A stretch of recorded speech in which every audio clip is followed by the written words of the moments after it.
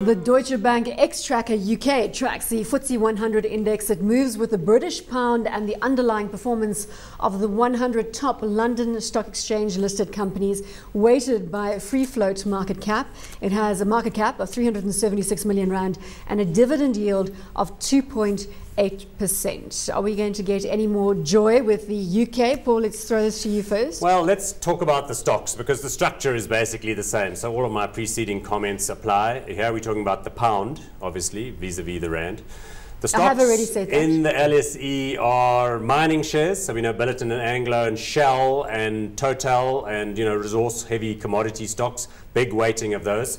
Some big banks, all of which are currently on their knees, HSBC, Standard Chartered, so you got a nice smash in the face on that one last week.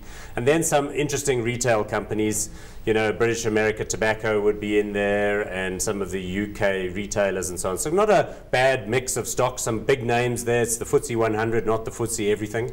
So, again, the UK, look, it's not doing well right now economically, but they got more gold medals than people thought they would. So maybe it's time to buy it. Absolutely. In terms of their Olympic performance, way out there, what do you make of the DBX FT 100? As you can see, again, you get a benefit from being outside the rand, so you get that kind of movement higher because of the weaker rand. Also, as Paul mentioned, a lot of these companies, even though they are UK-based, get a lot of the money from outside the UK. So Shell, for instance, nice big profits coming through. It's a good way in which to access a lot of companies at or a global mix, let us say.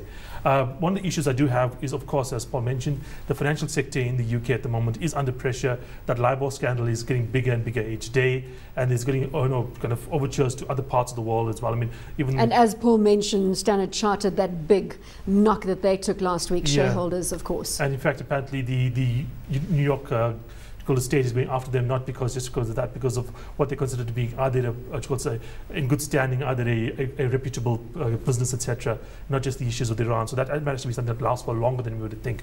Let's look at the Iran situation. That being said, again, it is a good mix of companies to get into because of their exposure to the world. And if you look at commodities, a nice big mix of commodities out there, this is a good place to look at.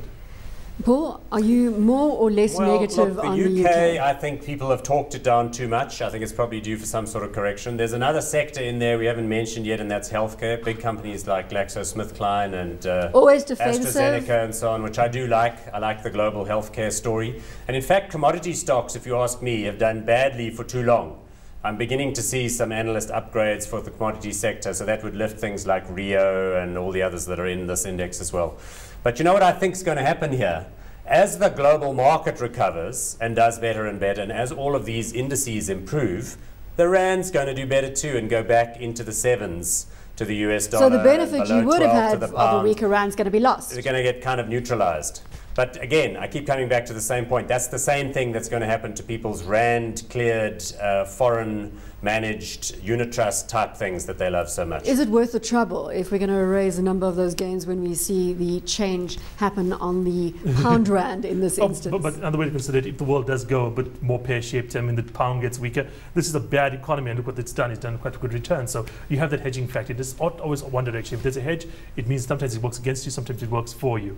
Something like gambling. Something like, not gambling, but insurance, let us say. Insurance, exactly. Let's use the terminology insurance exactly. rather than gambling here on CNBC Africa. Yeah. Let's go to hot or not on this one, Paul Turan. Nope, I'm not hot on it, no. Hot or not? Unfortunately, not hot at the moment here.